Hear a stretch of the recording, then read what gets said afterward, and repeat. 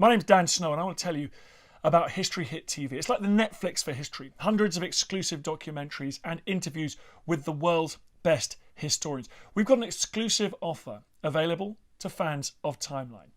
If you go to History Hit TV, you can either follow the information below this video or just Google History Hit TV and use the code TIMELINE.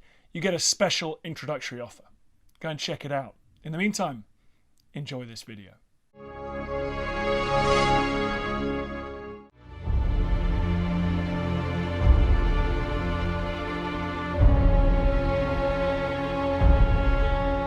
In 1931, the city of Berlin was awarded the auspicious task of hosting the 1936 Summer Olympic Games. What no one could have predicted was that these games would be used as a tool for some of the slickest propaganda by one of the most tyrannical regimes the world has ever seen.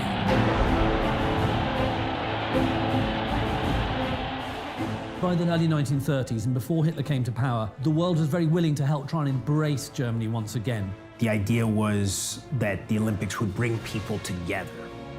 Propaganda for the Nazis was not just an instrument of governing, it was the air they breathed, it was the medium of governance. From the moment the Nazi Party assumed power in Germany, a systematic persecution of Jews took place, and no exception was made. The persecution would stop, but only for the 2-week duration of the Games, whilst the eyes of the world focused on Berlin. What happens is what's called an Olympic pause, in which Berlin is cleaned up. Anti-Jewish signs were removed. Everything was done to create the impression that this was a hospitable climate. Such a policy was not necessarily that inimical to many of the visitors who shared the same prejudices as the Nazis. The African-American athlete Jesse Owens would make Olympic history there. He would win 4 gold medals and become the most popular man in Nazi Germany at the time. Germany went wild for the Americans, and it went particularly wild for Owens. He was described by almost everyone who saw him as beautiful. His form was flawless, as smooth as the west wind. It would be the first time a host nation would project its political ideology and power onto the world.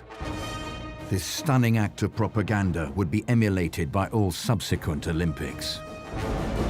It was an operatic production, lavish in scale. It really invented Olympic ritual for all time to come. The 5 Olympic rings being held by the talons of the German Nazi eagle. Never could you have a more obviously symbolic depiction of the German and Nazi hold on the Olympic movement. The 1936 Olympic Games gave the world theatre, pageantry and excitement, all under the banner of the swastika. This was Hitler's Olympics.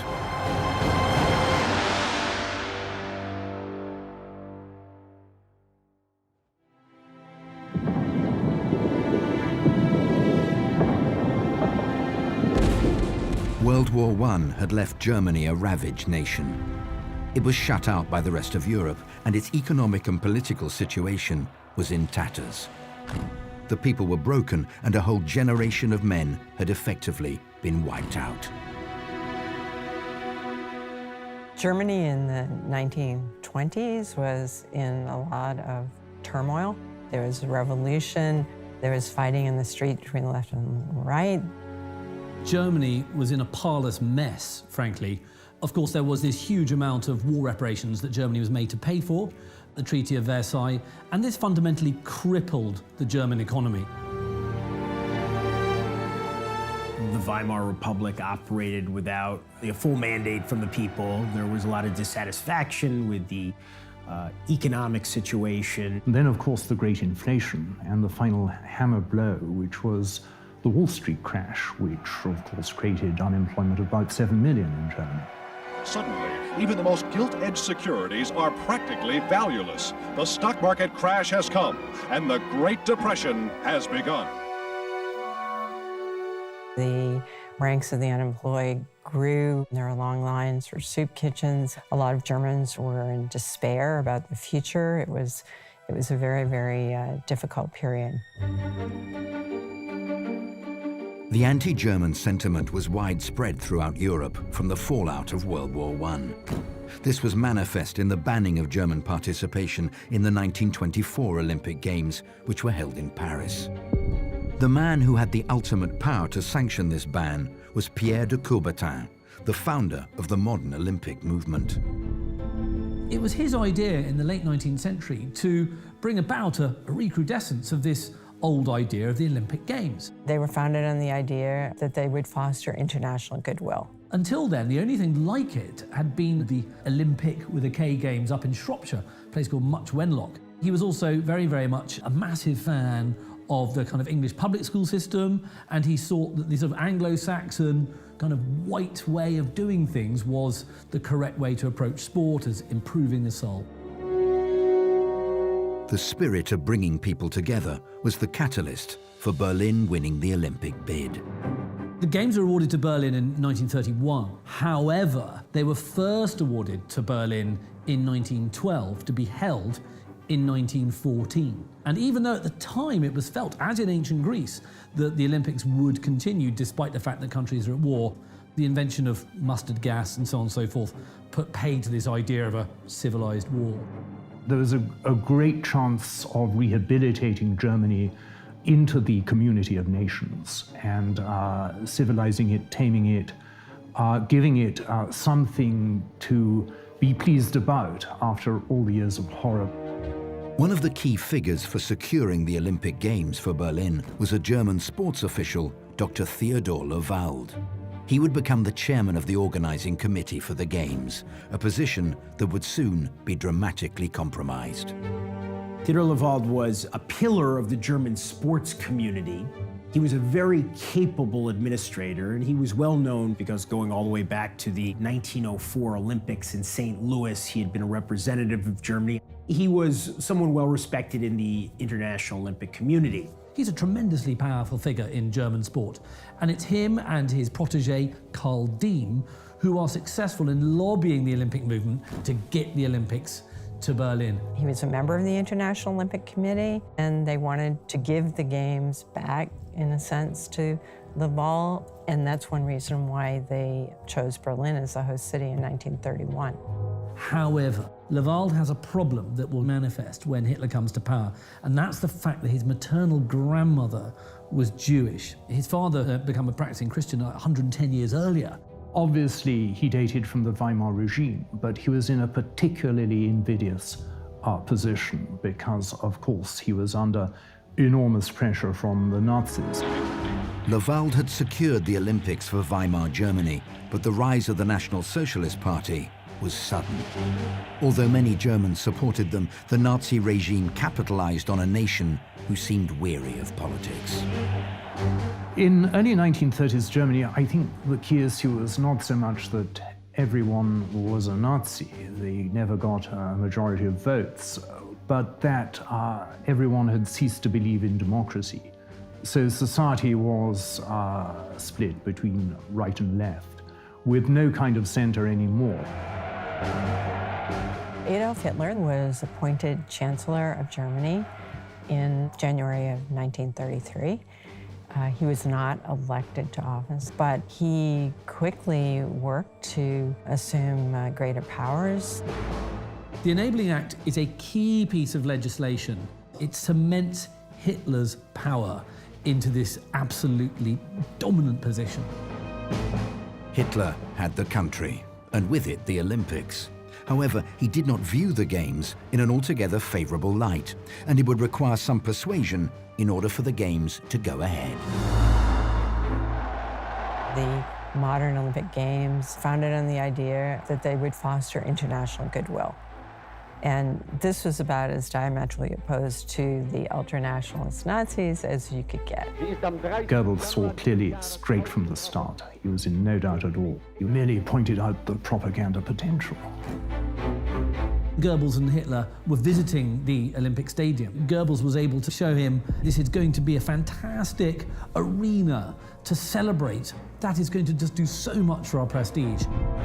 Hitler suddenly saw in a flash of clarity what actually could be achieved for Germany, for its international reputation, for its projection, and for its diplomacy, if it did indeed host the Olympics. It was the Nazis in Germany in 1936 who really saw it for the first time. The Berlin Olympics had been hijacked. With Hitler's backing, the Olympics, like every other aspect of German life, would be Nazified. As the world looked on at the injustices of this regime, the Olympic values of friendship and respect would be used as a false facade for a terrifying, sinister, and deadly cause.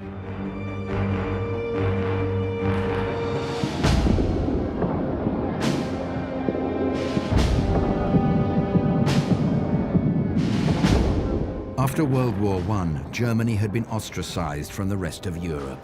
But in 1931, the International Olympic Committee would reach out to and name Berlin as the host nation for the 1936 Summer Games. The Germany to which the Games were bestowed would, however, be very different to the Germany that would end up hosting them. Once the Nazi Party had assumed power in March 1933, their anti-Semitic rhetoric was put into action. All books of Jewish authors are ordered burned in the public squares. Authors, scientists, artists are driven from Germany. Soon after Hitler took power, Jews began to be excluded from many different areas of German life, and this included sports. With the Nuremberg laws, which were 1935, Jews became non-citizens of Germany. It's as simple as that. But specifically, they banned Jewish athletes from all sports clubs and forced them into the Jewish sports organization. They could no longer do sports train with non-Jews. If you're not Aryan, you're to be excluded from sports. Grotesque anti-Semitism, which totally flies in the idea of the Olympic movement, which suggests that all sportsmen and women should have an equal chance to compete. Clearly, the Jews of Germany did not. Many German sportsmen and women at the time were Jews, and all found that their professional and personal lives were being affected by the persecution of the Nazis. One of these athletes was Margaret Lambert. She was born Gretel Bergmann in 1914 in Laupheim, southern Germany. She was a promising young athlete and would go on to become Germany's leading high jumper. It was beautiful there. Everybody knew everybody else, and everybody was friendly with everybody else. We had friends all over the place. There was really no difference between Jews and non-Jews, all friends. I just loved sports. I did everything. My parents were a little bit upset about my sports career. I was one of the few Jewish kids who had a life in sports. At 18 years old, Margaret would witness the Nazi Party assuming power in Germany. When the Nazis came in, it wasn't any fun, I can tell you. When I met my friends, no hello.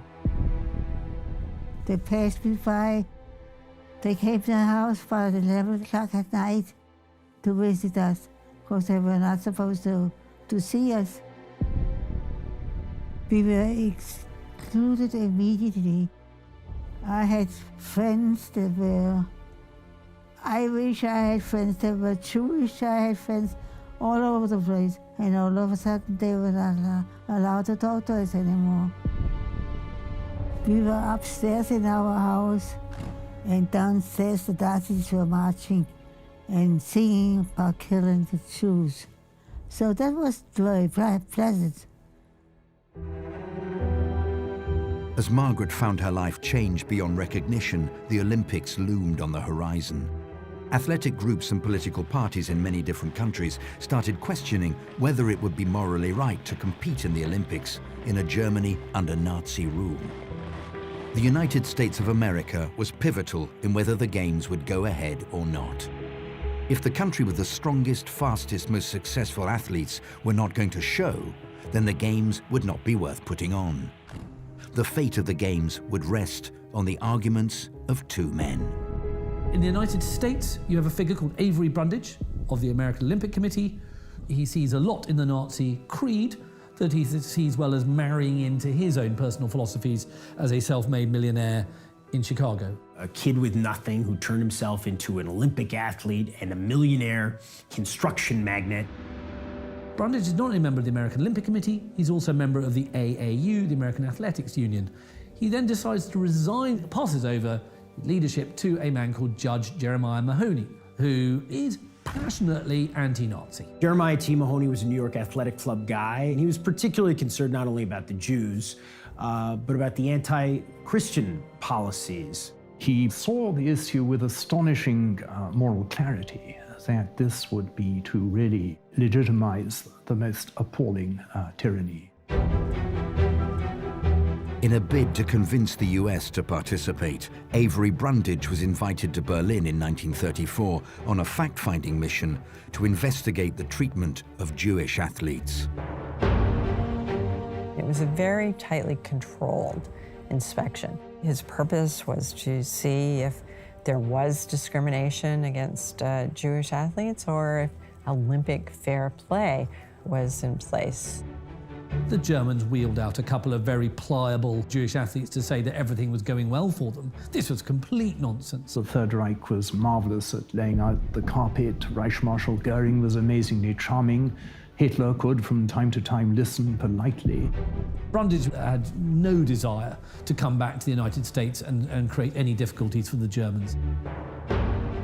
The decision was made in December of 1935. You had these Brundagites who said, Germany's not so bad.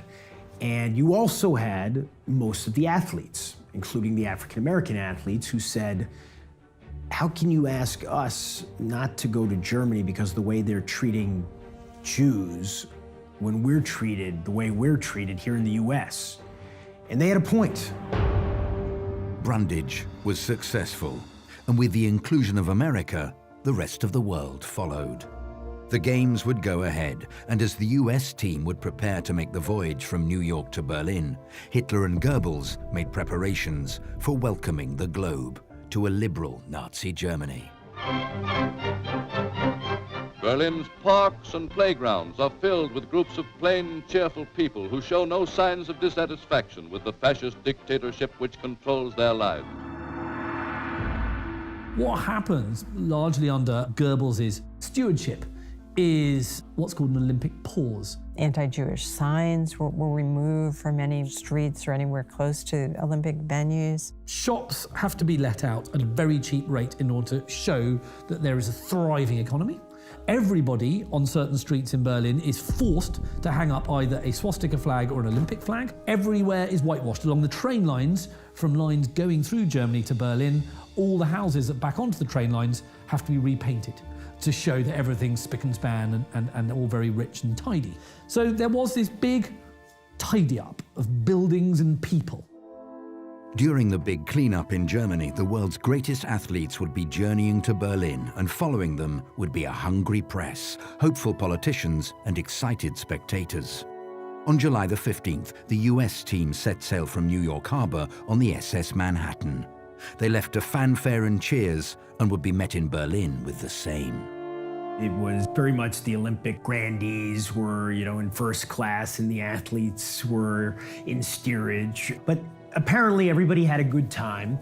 It took nearly 10 days to reach Berlin, so you have these super fit, young and very beautiful people together from 10 days, and so there was a certain amount of scandal. We do know that Eleanor Holm was one of these athletes who maddeningly could just smoke and drink all night and then win gold medals the next day.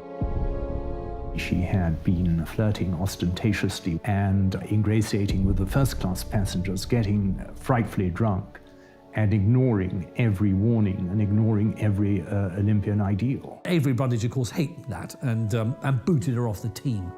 What's also remarkable is that the American Olympic athletes weren't segregated. And so actually, for the first time, you have a lot of white athletes, especially from the South, who've never actually shared a meal with a black person before, even gone to the same lavatory or shared the same sort of dorm. And actually, what's very interesting is that there was no problem with that. On their way to the Olympic Games in Berlin on the USS Manhattan are the best of American athletes. On deck, Glenn Cunningham and Jesse Owens anticipate stiff competition in this greatest of all sports events. The US team were a collection of world-class athletes. Many would be favourites for podium finishes. One athlete who the entire world would be eager to watch was Jesse Owens. Many thought he would go on to win 3 gold medals, but very few thought he would surpass that. Jesse Owens was born in rural Alabama in 1913. His father was a sharecropper. His grandparents had been slaves. He came from the most humble beginnings imaginable. Certainly, people were aware of Jesse Owens wherever people were running and jumping because he was breaking world records. So particularly among his fellow African Americans, he was a great hope. Blacks could not play in the baseball major leagues. Blacks could not play in the National Football League. There had not been a black heavyweight champion since 1915. So he was someone that, in particular, the African American community pinned a lot of its hopes on. As athletes began to arrive from all over the globe, so did many spectators. Eric Brown was a 17-year-old boy at the time when his father, a former Air Force pilot, received an invitation from Germany for previous combatants to attend the Games. Eric and his father made the decision to see this once-in-a-lifetime spectacle. We were welcomed, I must say, enthusiastically. It was a great sight because, being a young man, I loved the razzmatazz. It was not a quiet event by any means. Berlin's stage was set, and the next 2 weeks would be a festival of athletic and sporting prowess. Under Hitler's supervision, spectators would witness men and women performing faster, higher, and stronger than ever before. The advanced technology that Germany had been developing made sure that this high drama would be played out to the globe. The 11th Olympiad was almost underway. Boycott movements had come to nothing. A planned People's Olympics, due to be held in Barcelona as a protest to the Berlin Games, had to be cancelled due to the outbreak of the Spanish Civil War. For 2 weeks, all eyes would be on Germany, as the world's greatest athletes and scores of excited spectators traveled to the Olympic Stadium to attend the opening ceremony. The Olympic flame was making the final leg of its journey from Olympia in Greece to Berlin. The Berlin Games, I think, in many ways represent the beginning of the Olympic Games as we now see them. The torch relay was invented for these games. It's invented by the Nazis, but they give the impression that it's actually an ancient Greek thing that always happened. It shows the element of complete imagining and the fantasy. The presentation of Greece as the seed of Germanic civilization. It works very well, frankly. That's why people do it still today. But the irony, of course, about the Olympic torch, it's made out of Krupp steel. That same steel is going to go south in about 4 years' time as German steel tanks made by Krupp invade the Balkans and Greece. So it's in any ways a kind of sort of reverse prophecy of what's going to happen. Crowds lined the streets of Berlin to witness the arrival of Hitler and his dramatic entry into the stadium. The lighting of the Olympic flame would signal the beginning of the Games, but this act of pageantry was just one of many highly choreographed set pieces which made up the opening ceremony.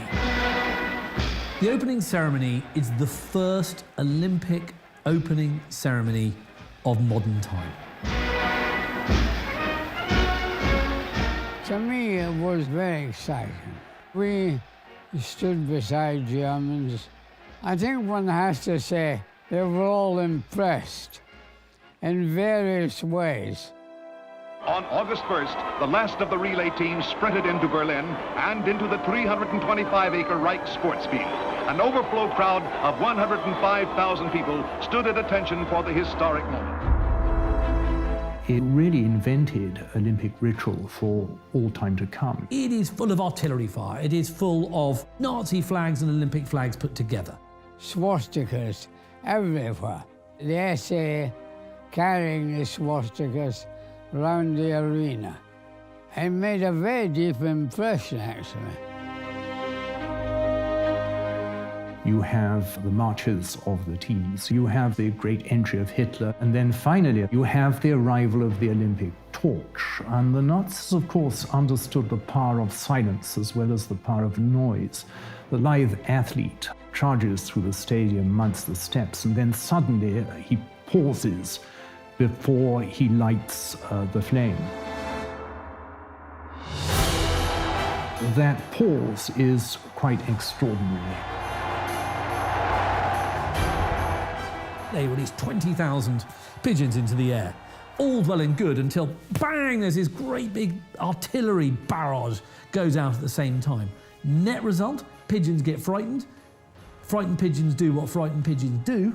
And the heads and hair of the American team largely are splattered in guano. It's this highly comic moment, and it shows that underneath all the sophisticated pageantry, things aren't entirely brilliant. It is an absolutely huge, deafening event, and it's all about one man, Adolf Hitler. He is at the epicenter of these games at the ceremony, and he will be for the next 2 weeks. The astonishing thing was you realized right away that Hitler had this lot in his hand. After the euphoria of the opening ceremony, the competition would finally commence. Yet it would be a competition that would be missed by many Jewish athletes. Margaret Lambert had managed to escape the persecution and relocate to England in April 1933, but was ordered by the Nazi Party to move back to Germany in a bid to highlight their liberal attitude. Refusal would jeopardize her family's safety. Reluctantly, she moved back, and in a pre-Olympic competition, she equaled the German record of jumping 1 meter 60 centimeters. Just 2 weeks before the start of the Games, Margaret was stripped of all her achievements and was told she would not be participating. There were only 2 people instead of 3, because I was supposed to be the 3rd one, and they claimed that I was injured and I couldn't compete. They wouldn't let me. I was cursing my head off. I mean, I never got to Berlin. I was in Laupheim and I was the big shot. Well, they didn't tell me. They said out of the official letter, sorry you didn't make it, but you can have a standing room ticket, and which I did not accept. Margaret's replacement in the German team was an athlete named Dora Ratchin, who only managed to jump 1 meter 58 centimeters, finishing 4th. In 1939, after complaints from other athletes, Dora was found to be working as a waiter under the name of Hermann. An investigation was launched, and it was found that Ratchin was actually male. The Olympic Games have begun. The best athletes in the world have come to Berlin. Although highlighted by their absence, the persecution of Jewish athletes was eclipsed by the presence of Jesse Owens. When he stepped into the arena, the anticipation was palpable. I saw him win all 4 of his events. The title of world's fastest man goes to the 100-meter Olympic champion. If he won the 100-meter dash, it almost wouldn't matter what happened in the others.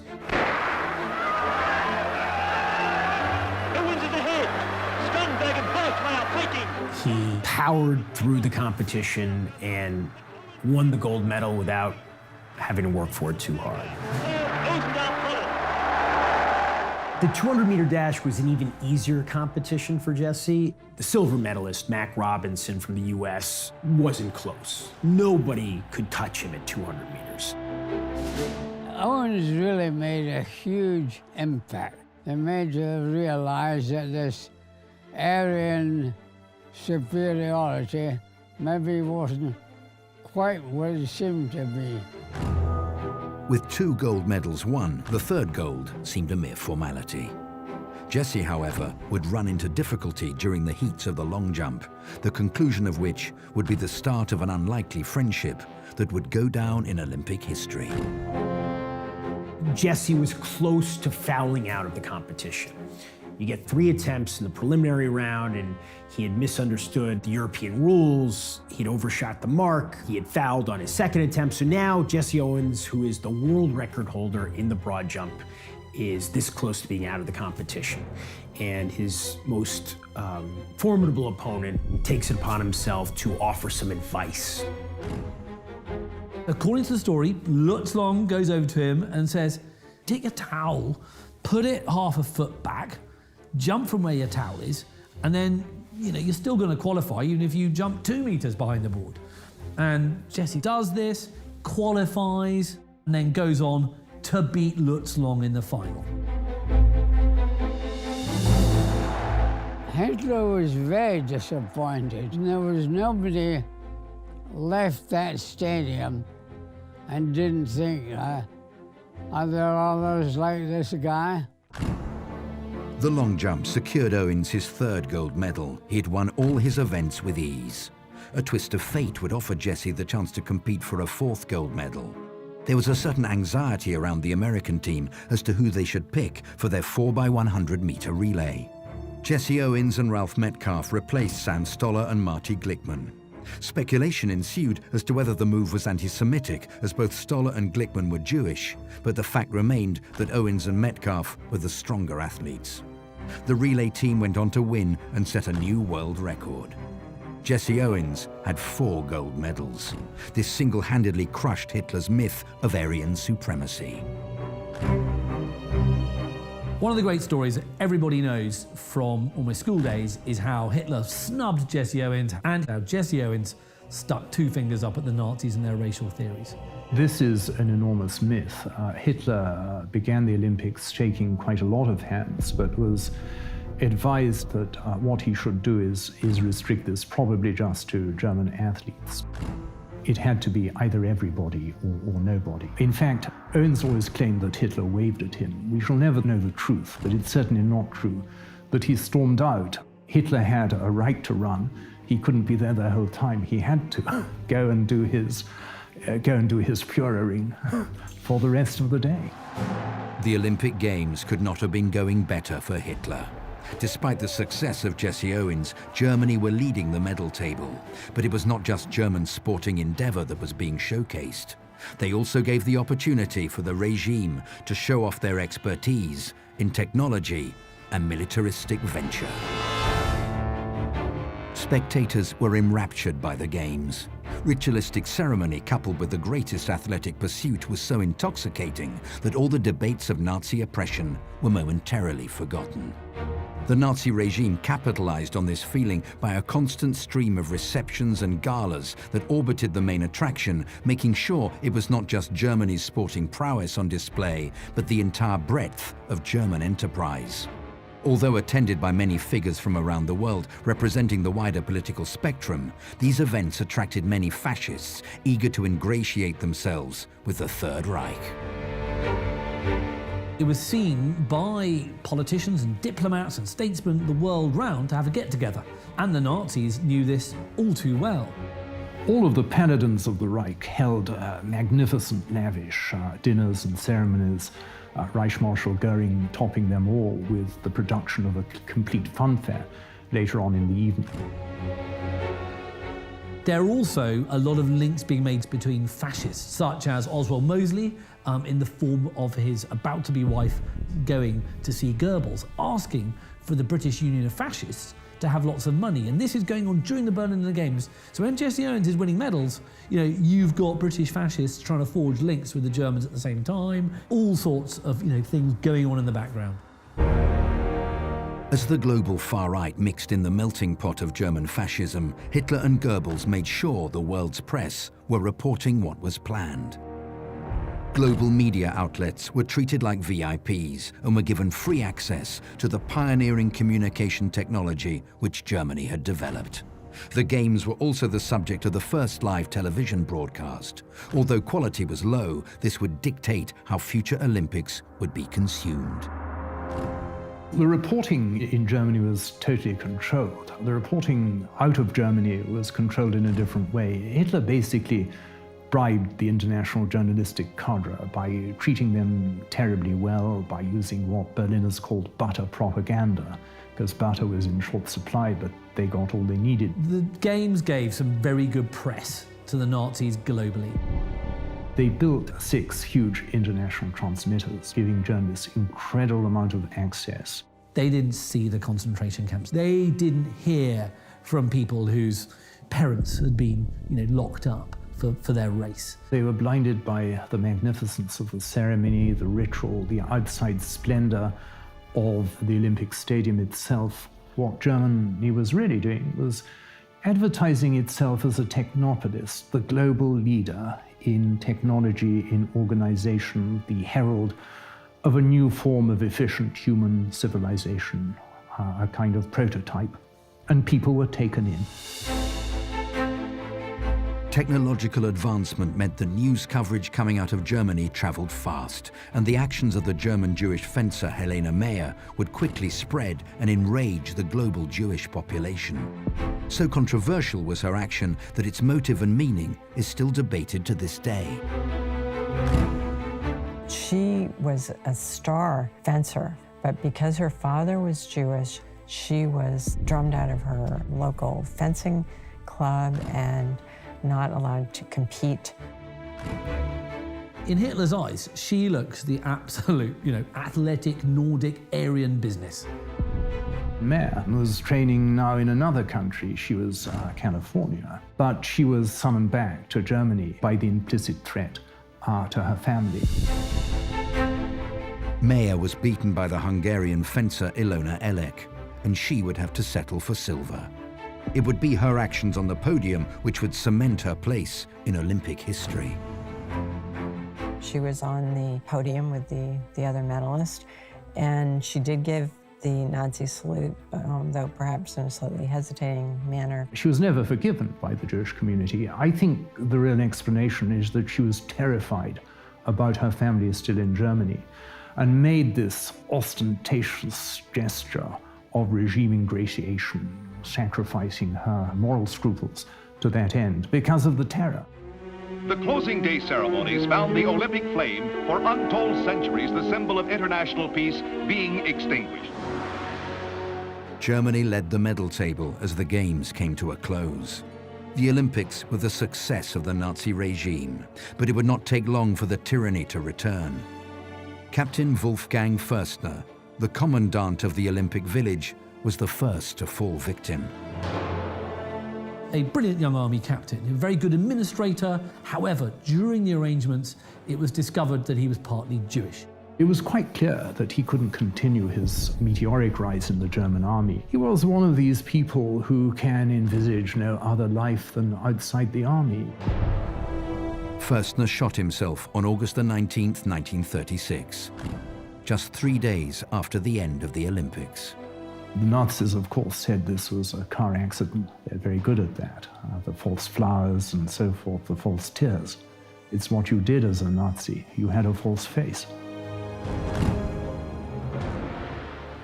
For Margaret Lambert, like all the Jews of Germany, life would become increasingly unbearable.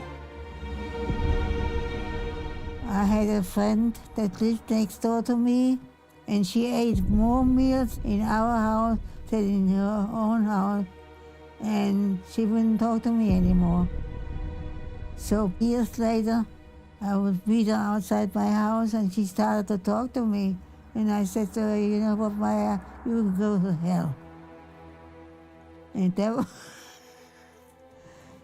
was to me salvation. In 1937, Margaret managed to emigrate to New York and married a German Jewish doctor, Bruno Lambert. Recognition for her achievements would come in 1999 when the stadium in Laupheim, from where she'd been banned, was renamed after her. I left Germany and I didn't want to know from anything. The people that I was friendly with, I said, go to hell. It was a tough life, very tough. But I'm a tough lady. Not all Jewish athletes, however, were lucky enough to be able to find refuge in other countries. Lily Hennock was a Jewish shot putter and discus thrower. She remained in Germany throughout the 1930s, and in 1942 was taken with her mother to German-occupied Latvia and interned in a ghetto. They were one of many Jewish athletes who were victims of the Holocaust, and they were taken out of the ghetto at a certain moment, and they were killed in a mass shooting operation that was organized by the SS. If you happened to be Jewish, you were to be killed as part of the final solution to the Jewish question. The games of the 11th Olympiad would bring diametrically opposed fates for both Jesse Owens and Avery Brundage. In an aim to exploit promised sponsorship deals, Owens was stripped of his amateur athletic status by Brundage, even before stepping back on US soil. The superstar of the Games returned to the US and enjoyed a hero's welcome. But none of the sponsorship deals amounted to anything, as America's own discrimination at the time seemed blind to Owens' remarkable achievement. He was forced to earn a living by taking any employment opportunity that came to him. Brundage, on the other hand, returned home with the commission for the construction of the German embassy in Washington, and would also go on to become the chairman of the International Olympic Committee.